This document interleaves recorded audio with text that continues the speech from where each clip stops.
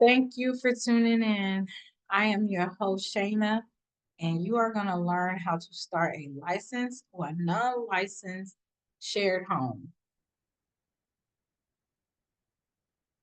The agenda and the topics that we are going to discuss and go over today is we're going to look over the intro on what is a shared housing or a shared home, benefits, business model, the steps, managing the business, challenging and solutions, resources and support. Okay, so what is shared housing? A housing model where multiple unrelated individuals live together and share common spaces. You can cater to various groups: seniors, low income individuals, individuals with disabilities, or those transitioning out of homelessness. So you have two types of shared housing: license, that requires state specific compliance and permits; non licensed, which is fewer regulatory requirements but must still meet local zoning and safety codes. All right, so it might not be called shared housing in your state. Maybe it might be called transitional homes. Some people say group homes, but there are a lot of type of group homes. You have veterans homes, you have foster homes, you have, transitional homes. So you have to be mindful on what kind of home you are looking to start. Um, I would recommend to actually knowing what group you want to service. And I wouldn't take forever to find out what I would do, because guess what, guys? You can always do another one. Maybe you want to start the first one as senior homes. Maybe the next one might be servicing low income. Guess what? You can do it. This is one, two, three. No, one, two, three. There's three type of groups that it says right here. I mean, one, two, three, four, four, and you can do all four of those. You might can do one every year, one every 2 years, a different one, so it's no limit to what you can do. You can service all the groups. Just don't stick to that. That was my issue. Well, I originally was starting with individuals with disability, and then I was, our community is Illinois, and I was like, man, I want to do this. And then I ran into another type of home, and I said, okay, it's called Scylla Home. I'll share that. And a Scylla Home specifically works with um, individuals that's disabled, that have disability, but they require a lot as far as caregiving. Not saying that having a shared housing, you won't be able to do that either. You still have to do that. That's why it's good to be licensed. Um, you can have staff members, you can have uh caregivers, you can go through that person's social worker and get services, have people come into the house to, you know, help with therapy and things of that nature for that person if if that individual is disabled, uh, or has a disability, I should say. And, you know, you can be licensed or not licensed. Me, preferably, I'd rather be licensed because you can get a lot of advantages. And also, like share housing. Let me just give an example. Our community is in Illinois. It costs $1,000 for a license, and we are servicing low income individuals, right? It's really mixed because we have some seniors in there. It's mixed. And it works. Everyone gets along, things of that nature. And even having a license in Illinois doesn't require a lot. You just need to have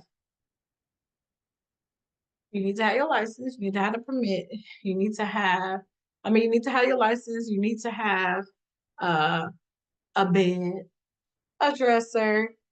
It's really limited. It's not a lot that you need to have. Most people will bring their own things. You know, you're not gonna overcrowd the room, especially if if you're gonna do bed sharing in that one room. Um, that's another thing you have to be mindful of when you are licensed. Being non-licensed, not saying that you don't have to be mindful, but you know, you want to do this to actually help people. You want them to be comfortable. That way, not saying that you don't want them to leave, but you don't want them to go. You know, their situation. We are living in a time right now that it's hard to afford anything. You know, we have been in 4 years of inflation, so getting out of that, it's gonna take a little while, but it's achievable. So while we're in the process of building our family and getting ourselves back together, why wouldn't you, you know, take advantage of being in the shared housing? You know, especially if you're transitioning from being homeless. You know, you might get a government, you might get government assistance. You know, and that can help with your rent. Maybe you can just get a bed. Maybe, you know, you have somewhere, you know, you can get a job, you end up getting a job and things of that nature. So I have more slides to discuss other things, to go into details about other things. So yeah, these are the types of homes that you want to be mindful for. You want to pay attention to the group that you want to service, and if you're going to be licensed or non-licensed the first time, you don't have to. You could be licensed the first time and non-licensed the next time. I mean, it's backwards, but or you could be non-licensed the first time and being licensed the next time. Like, you know, it's really up to you. I just prefer to be licensed because you get to take advantage of, you know, grants and federal funding and um fundraisers and donation things of that nature. Not saying you can't get it while you're not licensed, but you know, it's you get a lot of perks with being licensed. All right, all right. So the benefits of shared housing on the resident side, you have affordable housing option. Like I said, you can pay for a bed. You can pay for a bed, or you can pay for a room. You have access to support services. Some community homes don't service, they don't provide that. And that's fine. But with T Terry Community, a place that you can call home, we offer that support service. We have um, business business workshops. We have uh, credit workshops. We have counseling, mental illness, workshop. We service because we actually, the goal and our mission is to actually help our community and not to, you know, just take the money, because the money is gonna come. It's about actually helping individuals. So not only you be a part of something, you know, your social interactions can get there as well. You meet people that you never met before. You never, you know, you have these social activities, you know. Maybe you never was, maybe you was an introvert. Now you become an extrovert when you are around people that you live with, y'all comfortable, everyone works out and no drama, you know, and no, you know, so it works. So on the entrepreneur side, you have high demand industry with growth potential, opportunity to impact your community, multiple income streams through rent, government funding, or private pay. So if you are an entrepreneur and you want to help the community as well, this is great. This is a great start. You know, I just really as either if you're a resident or if you're going to be an entrepreneur, you have to cleanse your heart. You have to come into this as, you know, like a stepping stone to succeed, to be better, not to have a negative impact on it or a negative thought, because once you think of it like that, like, man, I don't want to live, I don't want to live up in there, somebody might steal my stuff. Like, no, it's not gonna be like that. Even if an entrepreneur, oh, they're gonna tear my stuff up. Like, look, wear and tears, that's why you have to keep it up, and you make sure that you're spending wisely when it comes to this and you're calculating everything, because things happen, so you just have to be mindful of that. But you get multiple streams of income. You're not going to get $1 million out of one home. You have to get multiple homes. And you have to decide if you're going to rent the bed or you're going to rent the rooms. So you have to be mindful of that as well as an entrepreneur. So you have business models for shared housing, private pay. Residents pay the rent directly. So you have, if you're going to service disability, they get SSI checks or pensions and things of that nature. They could just pay you strictly through you. If you want to be a payee, if you offer that option, that way it can go straight to you. That's another way. If the person agrees, if they really need somewhere to stay, they will do it. Subsidizing housing, funded from government programs like HUD. You have HUD has just passed. Actually, they just got a program for foster adults that's transitioning from foster homes. So they giving them a voucher, kind of. They're giving them a voucher to live somewhere. This is good. Also, I don't know if this works for Section 8 housing though, but I mean that's good to like look into as well if that's part of subsidized housing. Or you could do both, private pay and subsidized funding. People that have a job, maybe they just getting over a divorce, and they need somewhere to live, and you can do it like that too. So you just have to decide what. Usually, I would just recommend being open to either way. All right, so step 1, research and planning. Identify your target market. Seniors, veterans, low income families, or etc. That's very, very, very important, because you need to know where you're going to start. Not only you need to know who are you going to service, but like I said, don't take a long time deciding this, because I did that.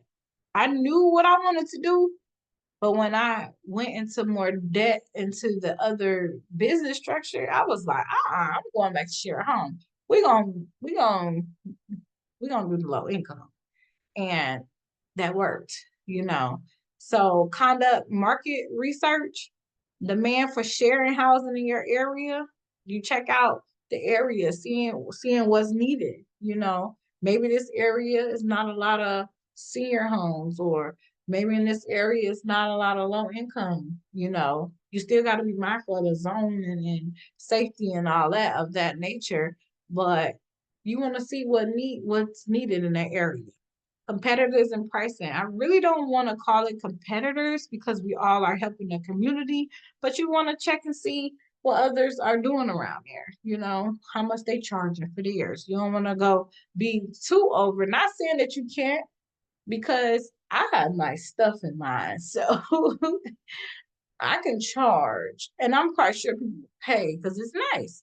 But I don't want to hinder them as well either. I want them to be able to still have a life. Maybe they want to go on a trip or something in 2 months. They can save up their money, like still have a life. So that's the difference between me and someone that's just doing it for the money. Create a business plan. Define your mission and vision. Outline operational structure and revenue model. That comes in handy. You can take this business plan get it notarized, and you can go to the bank and see if they can help you. You can go to the bank and see, you can go to SBA and see if they can help you. Because some people want to, like starting off, probably need funding or something of that nature. Take the business plan up there, see if they'll help you. All right, step 2, legal and regulatory requirements. So you're going to determine licensing needs, check state or local regulation for licensing requirements, zoning and permits, ensure property compliance with zoning laws, legal structure, choose a business entity, LLC, sole proprietorship, etc. Obtain an EIN, insurance, liability, property, and work compensation if applicable. So a lot of people don't know, when it comes to sole proprietorship, like you can have an EIN number for that. It's just that it will be your name doing business as whatever home that you choose to have. Everybody say, "Oh, I don't want it solely on me," but if you're doing the non-license, it's solely gonna be on you. So why not get a sole proprietorship? You get the sole proprietorship, as you get the DBA, the business name is DBA, and under your name, get an EIN number. You still can build business credit off that and everything. You can get you can build off that, and you still can get insurance. You can get insurance, liability insurance, you can get property insurance, and then workers' compensation if you are having staff members. Or you can work within your company. You can place yourself as an employee under your company, and you can get workers' comp. So it works. You just have to, you know, do a little bit more research and decide on what kind of structure you're gonna do. Like we all know what an LLC does, it separates from you and the business. So if that's what the route that you want to choose for your home, do that. But you have to have insurance. Please, please make sure you protect yourself.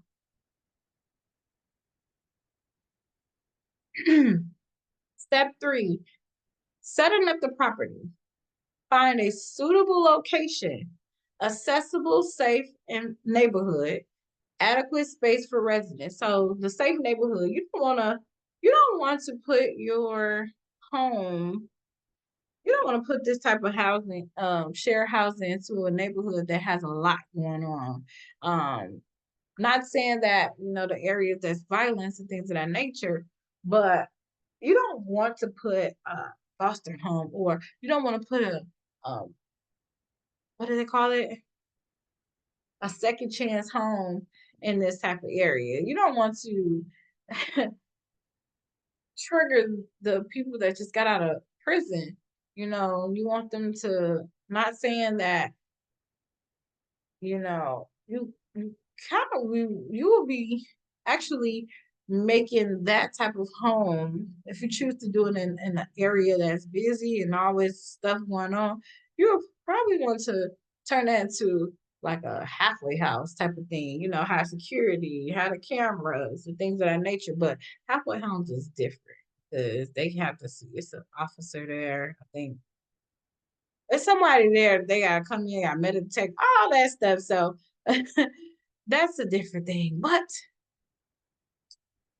if that's what you choose to do, you just have to do the research for it. But you want to make sure it's in a great area, and or in that you're able to do it in that area. And then also for the space for the residents, you don't want to get a small room and put 3 beds in there. It's not, you still need to put a dresser, you still need to have working windows. You can't have it covering the window or having someone bed by the window. Like, yeah, you don't want to do all that. So you want to make sure that you're doing the right thing as far as not being greedy. You stuffing 3 people in one room, it's crazy. But 2 people in a room, that's cool. You get, full size beds, get decent sized beds. They have their own dresser, they have their own little their little own space, and that's cool.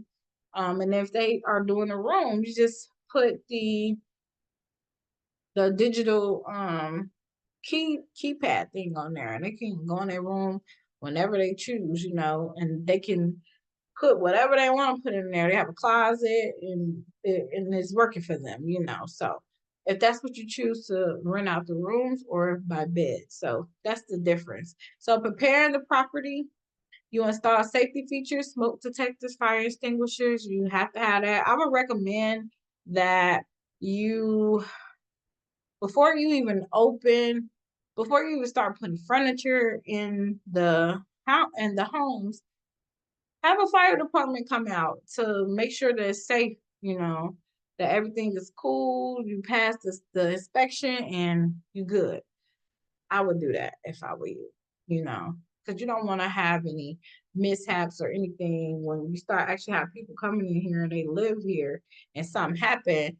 You want to make sure that everything is um, up to code.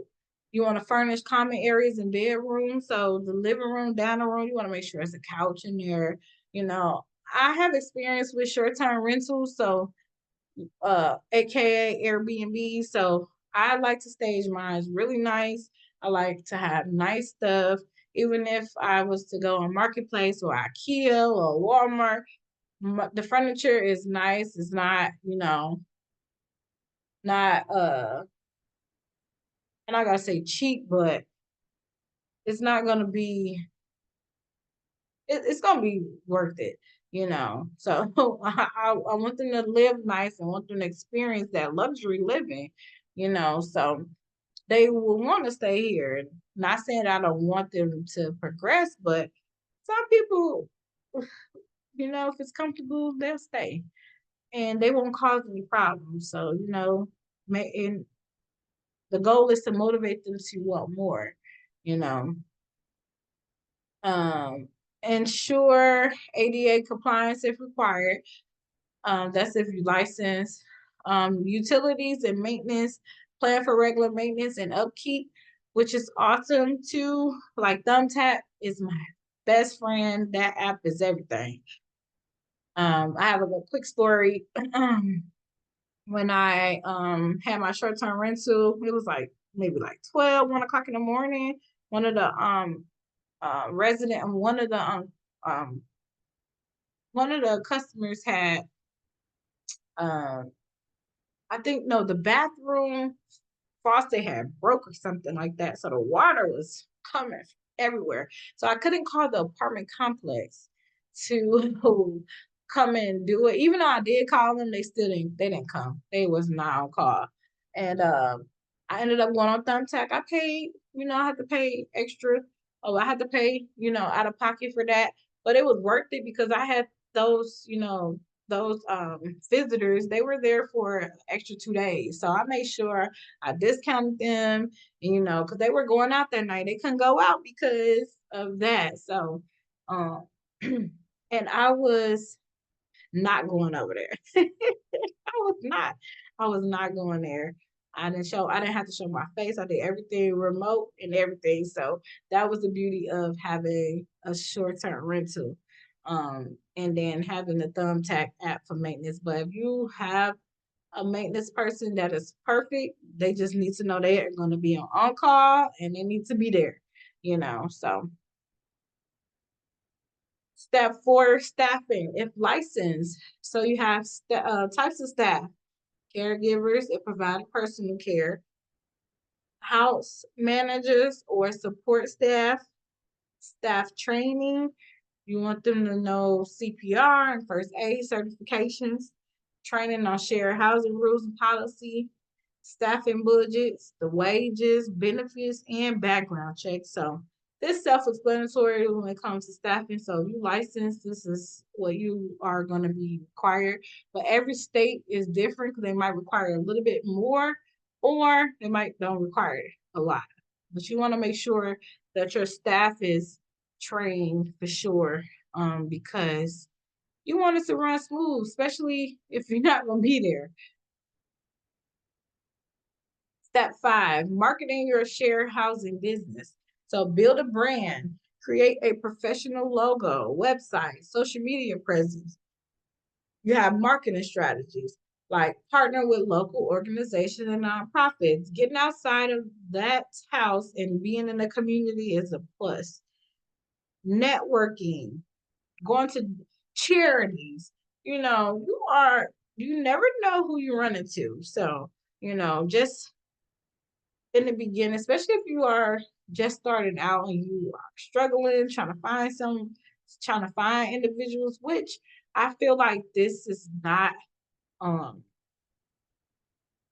I feel like you will be able to find someone like you don't even have to look. I feel like people will come to you once you have that open, because it's a lot of people are transitioning from homelessness. It's seniors that's transitioning from nursing home. They probably can't go home for some months, so they need somewhere to stay, until they get their strength and things like that back. So you have these options.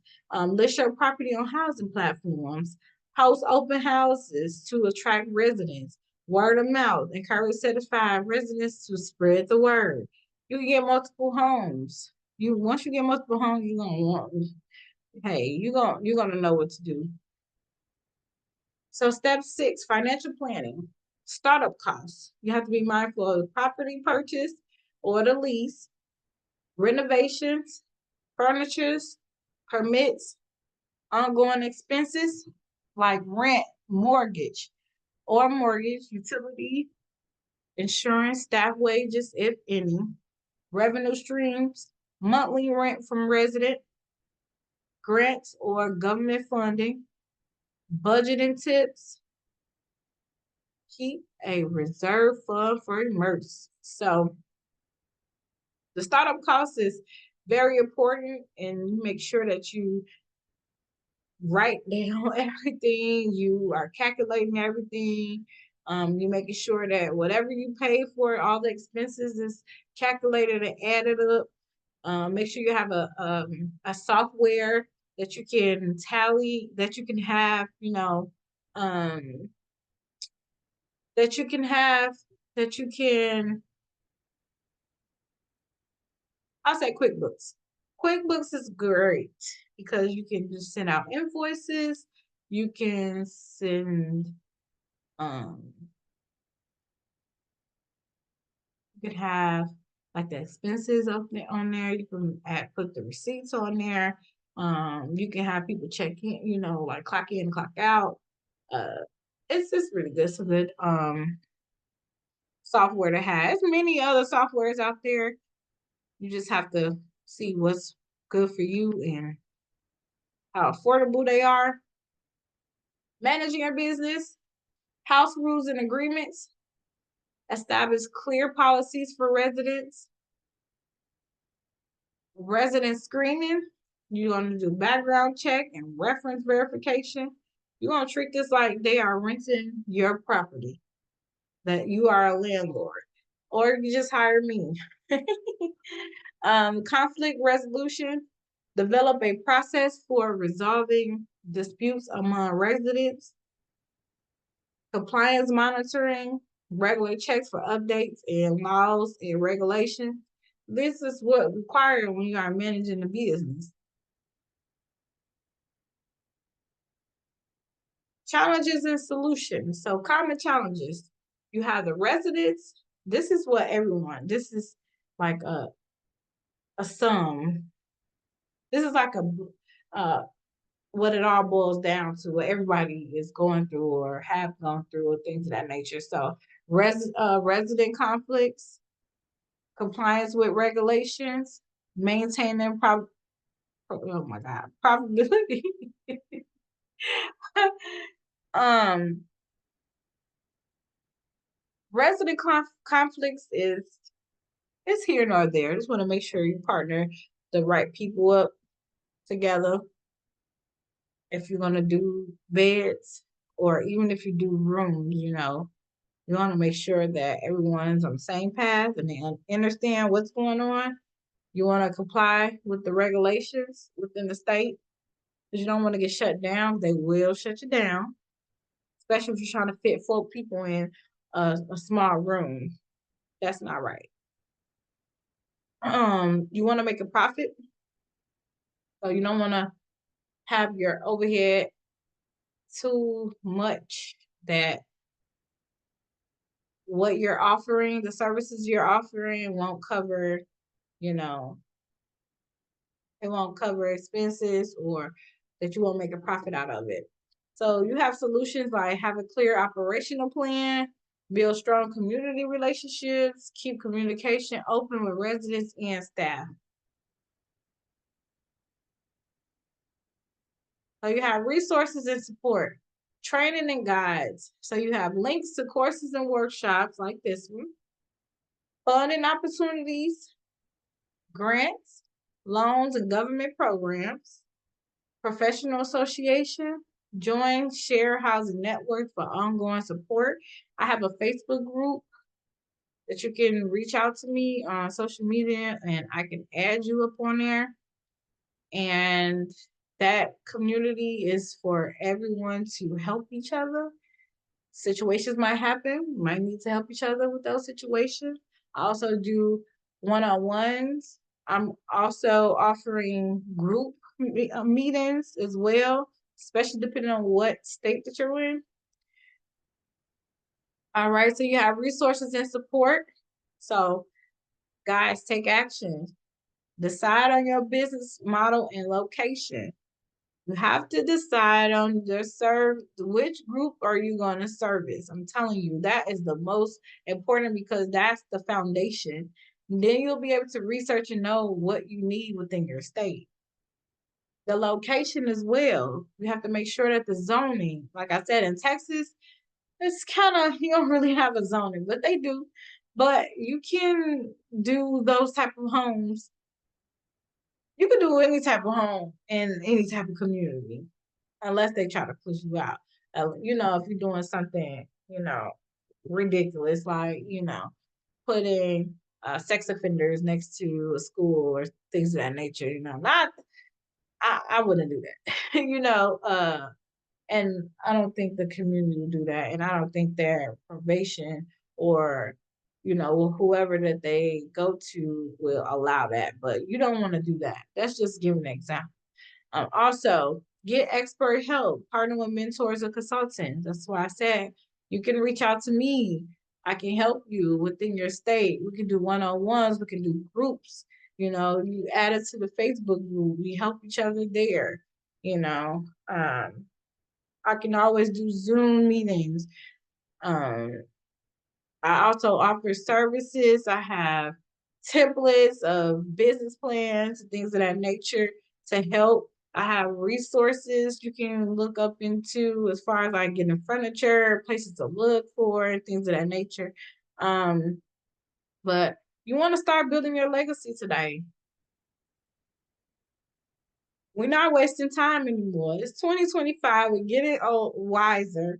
We're getting more wise. It's time for us to leave a legacy and, you know, beat generational curses. You want to beat it. We want to be able to leave, our offsprings with something, especially if you have been inherited of a house, and you don't know what to do. I would reach out to me. You can hire me, and we could come up with a price, and I can help you start your home. Decide what home you can do and what you can afford, what's best for your area. Looking at things that's around the environment. If there's other ones, other share homes around it. If you can do share homes around it, so just being mindful of that. So, call to action. You want to be ready to start your share housing business. Contact me today for step-by-step guidance in your state. That's it. That's all. If you're trying to contact me, here's my email, info@memorabilitymanagement.com. I'm on social media as well, Instagram, Homes 123 LLC. I used to do short-term rentals, aka Airbnb. So you'll see the setups that I used to have there. And then I also have my personal Instagram, which is Shayna underscore the underscore trustee. I post there frequently. I'm on there a lot, just sharing information and being very resourceful to my community. I also have my personal Facebook page, which is Shayna Smith, and the Shayna with the Y. And I post on there as well. That's very, it's a personal page. So, but I post on there and I'm always, just giving God praises and just showing, you know, people that it's, this is achievable, you know. Then I also the YouTube channel. This YouTube channel, PHS Podcast, it's in the making, it's coming. Um, I'm just so excited and so happy that I'm able to do this because it's give, either you're a resident, you want to be a resident, or you're an entrepreneur, you get to see both sides. Maybe you need somewhere to live, and you may be living in the same state, you know,